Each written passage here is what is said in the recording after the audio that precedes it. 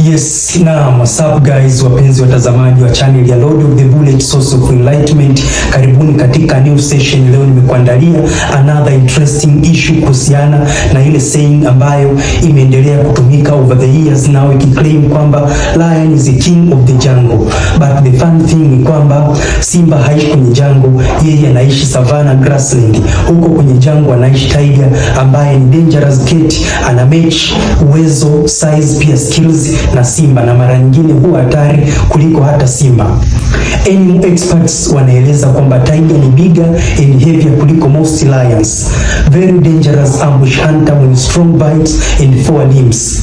Tiger huwa anawinda mwenyewe tofauti na simba, wao winda in groups. Kwa hiyo tiger ni one man army, hata kwenye one on one fight au battle yeye ana advantage au ana uwezo kushinda kuliko hata simba. Throwback to the 2nd century before Christ era, kule Roma ya zamani kuna uwanja ulikuwa unaitwa gladiator, yani gladiator arena. Huko walikuwa wanachukuliwa wanyama of different kind, kisha wanapambanishwa au wana battle. Upo ushahidi unaodai simba kuliwa na tiger. Kwa hiyo tiger alikuwa na deserve kuwa king of the jungle kwa sababu yale ndio maskani yake.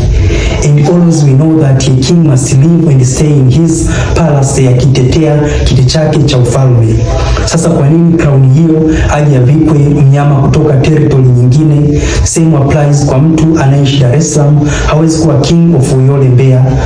So leo tutaenda kujua interesting issues, facts and history juu ya hii saying ambayo imeendelea kutumika for centuries.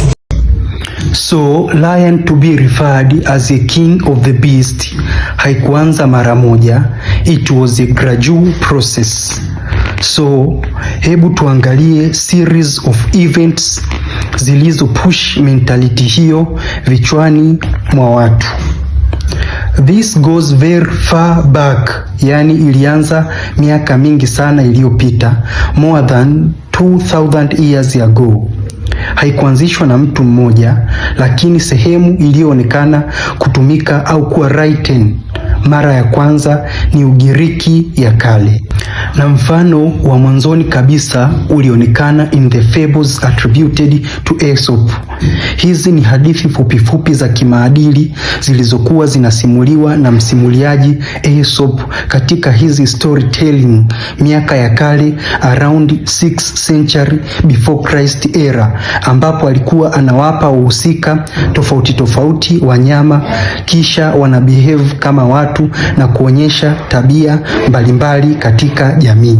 Na katika hadithi zake hizo za kale alikuwa anamuelezea simba kama kiongozi wa wanyama wenzake, yani ruler among animals, deciding disputes, commanding others.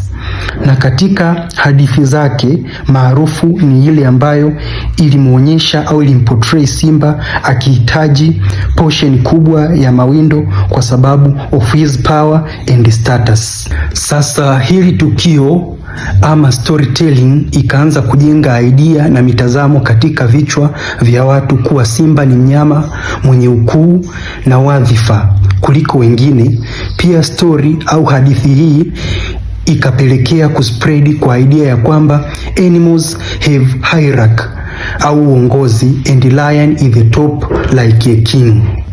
Then Roman writers spread the symbol.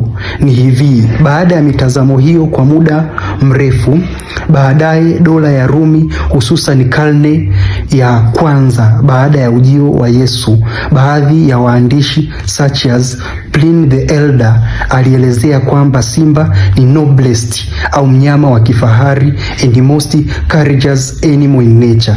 Hii ikaipatia nguvu hiyo image ya simba kama king au mfalme. Later on, medieval Europe made it a royal symbol. Hiki kilikuwa ni kipindi cha zama za kati, Middle Ages, yani dunia baada ya kuanguka kwa ile dola iliyokuwa na nguvu na kuisumbua dunia kwa muda mrefu, Roman Empire. It was a time of the Renaissance and the Enlightenment in Europe, 500 mpaka 1500 years baada ya ujio wa Yesu. Sasa wanadai kipindi hiki wale watawala na wafalme wa nyakati hizi za medieval walipendelea kuitumia taswira ya simba katika coats of arms and flags, yani katika nembo za jamii na bendera zao, in order to display their power and royalty, mfano England and Norway.